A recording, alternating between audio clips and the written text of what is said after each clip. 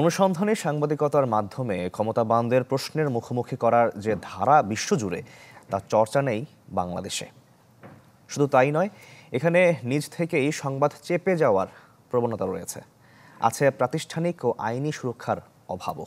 এমনটাই মনে করেন দেশের বিজ্ঞ সাংবাদিকরা।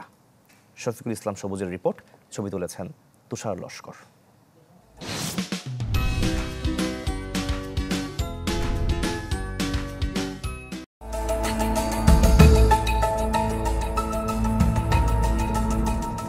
ওয়াটারগেট থেকে হালের এডওয়ার্ড স্নোডেন কিংবা পানামা পেপারসের মতো অনুসন্ধানী রিপোর্ট প্রশ্নের সম্মুখীন করেছে ক্ষমতাবানদের। কখনো কখনো এতে ভিত নড়েছে কিংবা মাথা নোয়াতে বাধ্য হয়েছেন ক্ষমতাসীন বা তার কাছাকাছি যারা। বড় বড় এসব অনুসন্ধান তা বেশিরভাগই হয়েছে সমন্বিত পর্যায়ে, এক দেশ থেকে আরেক দেশের সাংবাদিকদের সামষ্টিক উদ্যোগে। দেশকাল পাত্রভেদে দলগত অনুসন্ধানে বেরিয়ে আসছে ব্যক্তি থেকে সরকার কিংবা সংস্থার নানা রূপ। সাংবাদিকতার মৌলিকত্ব যেহেতু অনুসন্ধান, যার মাধ্যমে প্রশ্নের মুখোমুখি করা হয় ক্ষমতাবানদের, সেখানে বাংলাদেশের অবস্থান কোথায় জানতে চাই অনুসন্ধানী সাংবাদিক বদরুদ্দোজা বাবুর কাছে। তিনি বলেন, নানা কারণে এ থেকে যোজন যোজন দূরে দেশের সাংবাদিকতা।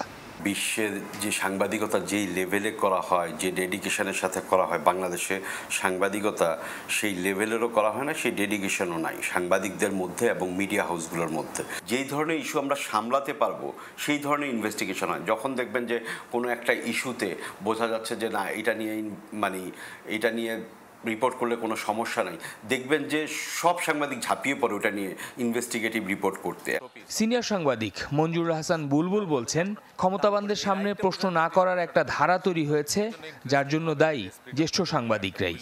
আমি প্রশ্ন করাটা আমার রাইট, এই রাইটটা যদি আমি না বুঝি তাহলে পরে এই রাইটটা বোঝার ক্ষেত্রে সমস্যাটা তৈরি হয়। কারণ তাদের সামনে যে সিনিয়ররা প্রশ্ন করেন সেই প্রশ্নগুলি হচ্ছে এমন একটি প্রশ্ন যেটিকে আমরা যৌক্তিকভাবে গ্রহণ করতে পারি না।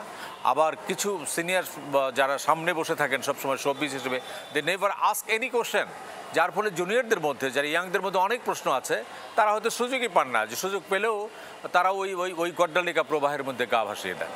এই দুই সাংবাদিকই বলছেন, প্রাতিষ্ঠানিক কাঠামো গড়ে না ওঠা, নতুন নতুন আইনের চোখ রাঙানি সহ বিভিন্ন কারণে সাংবাদিকতা এখনো শক্ত ভিত পায়নি 53 বছরের এই বাংলাদেশের। এটা কোনো আসলে চাপের কারণে হয় না, এটা হচ্ছে আমাদের সেলফ সেন্সরশিপের কারণে। শফিকুল ইসলাম সবুজ, চ্যানেল 24, ঢাকা।